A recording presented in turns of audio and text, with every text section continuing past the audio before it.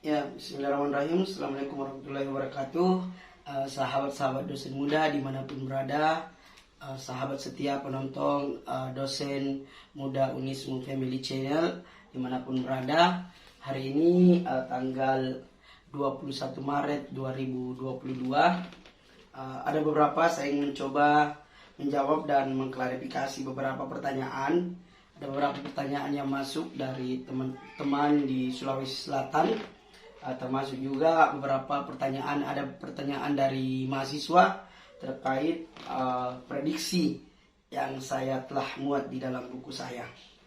Oke, pertanyaan pertama langsung saja hadirin sekalian, sahabat dosen muda, karena ini agak panjang, tolong jangan di skip ya supaya tidak gagal paham dari penjelasan. Pertanyaan yang pertama yang masuk sahabat dosen muda di saya adalah apakah Ramadan kali ini, ya Ramadan nanti yang insya Allah akan kita gelar di bulan April, akan digelar di dua waktu yang berbeda lagi, sebagaimana Ramadan 1442 Hijriah. Apakah di tahun 1443 Hijriah ini Ramadan akan digelar di dua tempat yang berbeda kembali? Yang pertanyaan yang pertama. Terus pertanyaan yang kedua dari adik-adik mahasiswa yang mempertanyakan, mengklarifikasi terkait prediksi yang telah saya muat di kedua buku saya. Ya, di buku yang pertama modul pembelajaran ilmu falak, dan yang kedua buku problematika penentuan awal bulan Komariah dan kejadian gerhana. Prediksi yang telah saya buat di dalam kedua buku ini terkait kapan waktu-waktu perbedaan dan persamaan kita umat Islam menjalankan hari-hari besar Islam. Jadi saya telah memprediksikan selama 10 tahun di dalam buku saya, 10 tahun ke depan, pada saat kapan, tahun kapan terjadi perbedaan dan persamaan, baik itu Muharramnya, Syawalnya, Ramadannya dengan Zulhijjahnya. Sebab itu saya akan menjawab. Untuk baiklah sahabat dosen muda, yang pertama, prediksi yang pertama, pertanyaan yang pertama yang dilontarkan bahwa apakah tahun ini 1443 Hijriah Ramadan kali ini akan digelar di dua tempat yang berbeda? Ya, jawaban saya yakni pasti. Saya silakan adik sahabat sekalian, pasti Ramadan kali ini atau yang akan digelar di Ramadan tahun 1443 Hijriah kali ini pasti akan digelar di dua tempat yang berbeda. Muhammadiyah melalui keputusan maklumat yang telah dikeluarkannya, telah mengeluarkan keputusan pelaksanaan Ramadan. Terjadi satu Ramadan akan dilaksanakan pada tanggal 2 April 2022 Miladiah. Kemudian pemerintah ya melalui hasil kesepakatan yang telah dibuat tanggal 23 bulan 2 tahun 2022 kemarin telah mengeluarkan sebuah maklumat kesepakatan Mabims, kriteria Mabims baru dengan kriteria tinggi hilal 3 derajat, elongasinya 6,4, dan hasil perhitungan saya, prediksi saya pasti akan berbeda. Oke, dalam hal ini sahabat-sahabat sekalian dosen muda, saya mau menekankan bahwa perbedaan yang akan terjadi ini janganlah kita jadikan sebuah ajang perpecahan atau bahkan sampai pada taraf saling mencela antara satu dengan yang lainnya tanpa didasarkan pada ilmu pengetahuan. Yang jelas perbedaan ini terjadi karena persoalan ijtihad, perbedaan dalam memahami dan memaknai secara mendalam. Kajian ini masuk dalam perbedaan. Hal ini masuk dalam kajian ijtihad. Ya, Muhammadiyah melalui musyawarah tanfisnya telah bersepakat membuat sebuah ijtihad. Kriteria yang digunakan adalah kriteria wujudul hilal. Dan Muhammadiyah pemerintah pula melalui musyawarah mabimsnya telah menyepakati bahwa kriteria tinggi hilal melalui hasil hisab masuk awal bulan ketika minimal 3 derajat 66,4 derajat untuk elongasinya, 3 derajat untuk tingginya 6,4 derajat untuk elongasinya. Oke, itu yang jelasnya hadirin sekalian. Mari kita bersama-sama menyikapi perbedaan ini dengan mengambil hikmah yang ada di dalam sebuah perbedaan. Kalau kita yang tidak mengetahui ilmunya, kita cukup diam, silahkan mengikuti. Yang jelas apa keputusan yang diambil oleh Muhammadiyah dan pemerintah ini merupakan bagian dari hasil ijtihad. Yang namanya ijtihad, ketika salah mendapatkan 1 pahala dan ketika benar mendapatkan 2 pahala. Oke, baik. Untuk pertanyaan yang kedua, ya saya ingin mengklarifikasi ya sahabat dosen muda, terutamanya adik-adikku mahasiswa yang menjawab bertanya melalui WhatsApp bahwasanya Kak, ya bahwasanya di dalam prediksi, ya di dalam kedua buku saya ini, buku modul pembelajaran ilmu falak bagian 1 dan problematika penentuan awal bulan Komariah, di kedua buku saya ini saya memprediksikan ya kejadian selama 10 tahun pada saat kapan kira-kira perbedaan dan persamaan itu terjadi selama 10 tahun ke depan. Oke. Di dalam buku saya inilah yang ingin saya klarifikasikan ya.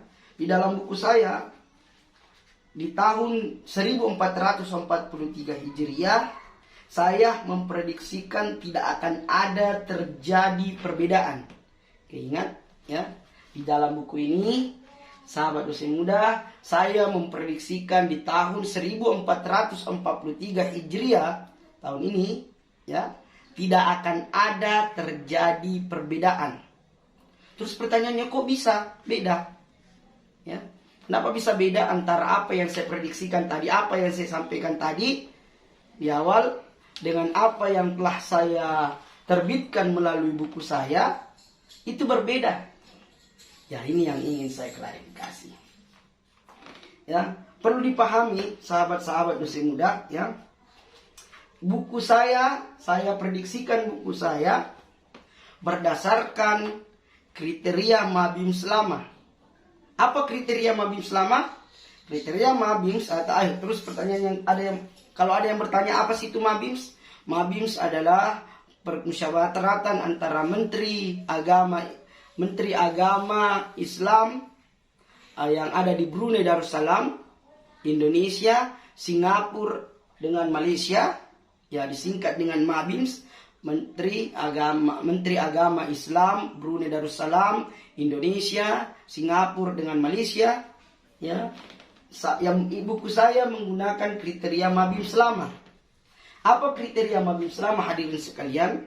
Awal bulan terjadi ketika ya kriteria Imkanur Ruqyah Mabim Selama, kriteria di mana dimungkinkannya hilal dapat dilihat oleh mata ya berdasarkan hasil permusyawaratan Mabims, kriteria lama bahwa ketinggian hilal dapat dilihat oleh mata ketika hilal berada pada ketinggian 2 derajat, kemudian elongasinya 3 derajat, kemudian umur hilal 8 jam. Inilah biasa dikenal dengan 238. Jadi saya memprediksikan ya perbedaan ini yang ada di buku saya menggunakan kriteria Mabim Selama.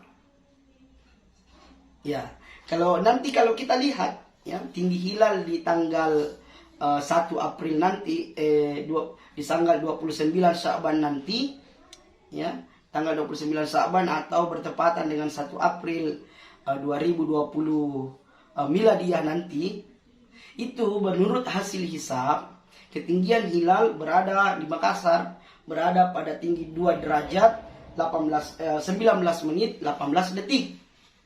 Jadi kalau berdasarkan pada kriteria Mabim Selama ya, ini yang ada di buku saya, otomatis tidak akan ada perbedaan antara Muhammadiyah dengan pemerintah.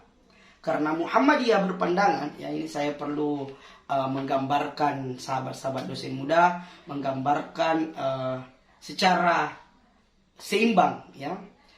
Kriteria Muhammadiyah, wujudul hilal Muhammadiyah beranggapan bahwa ketika matahari telah terbenam di ufuk barat dan hilal bulan berada pada ketinggian di atas 0 derajat, ya sudah wujud, dalam artian sudah plus, nilainya plus, sudah di atas.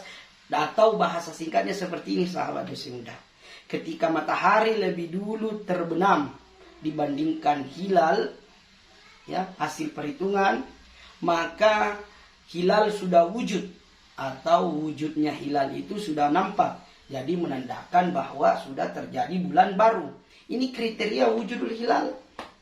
Tapi kriteria imkanur ruqyah mabims ada dikatakan bahwa kriteria dimungkinkannya hilal dapat dilihat oleh mata.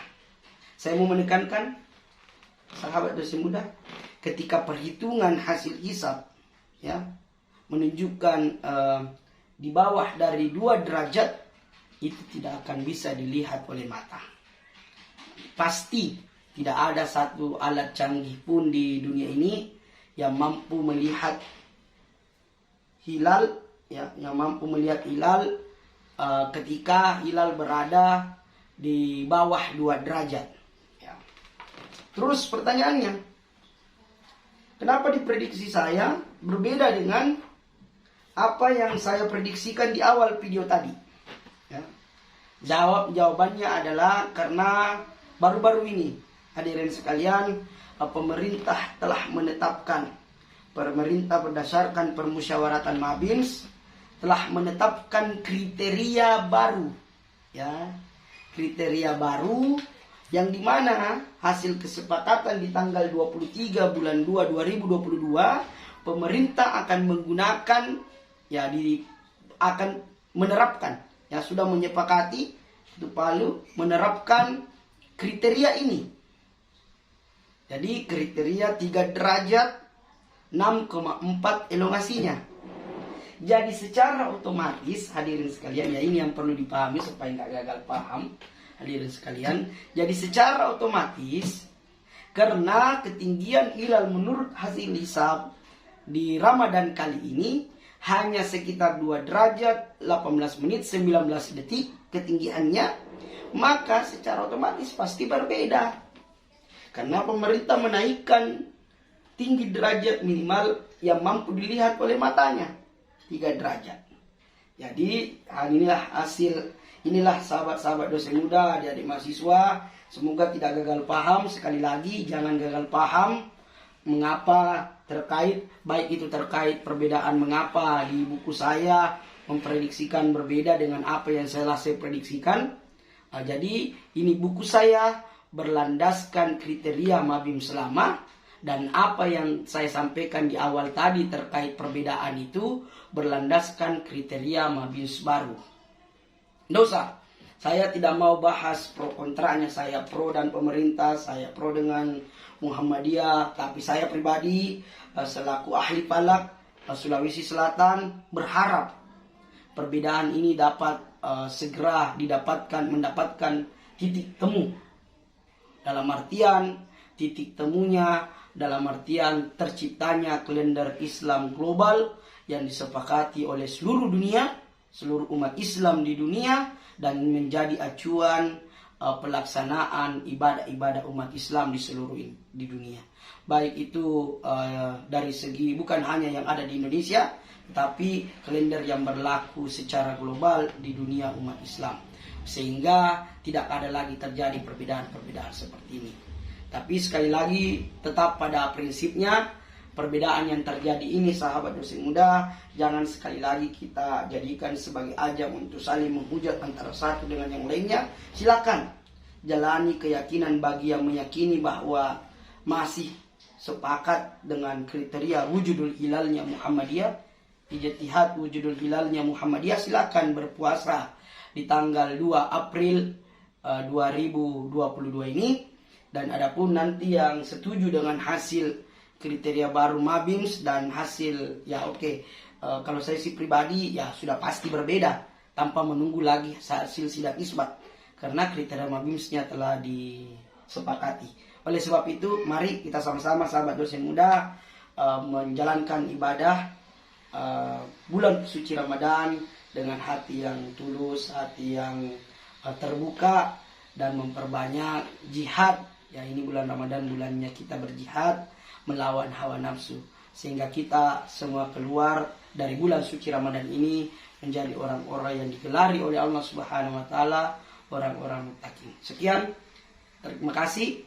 Sekali lagi, sebelum mengakhiri video ini, saya mengajak mari dukung channel kami Dosen Muda Unismu Makassar, karena saya pribadi konsentrasinya adalah ahli falak, dan istri saya selaku Dosen Muda Unismu Makassar konsentrasi akuntansi. Terima kasih, semoga bermanfaat, dan salam sahabat dosen muda, salam sejahtera untuk kita semua. Sekian, assalamualaikum warahmatullahi wabarakatuh.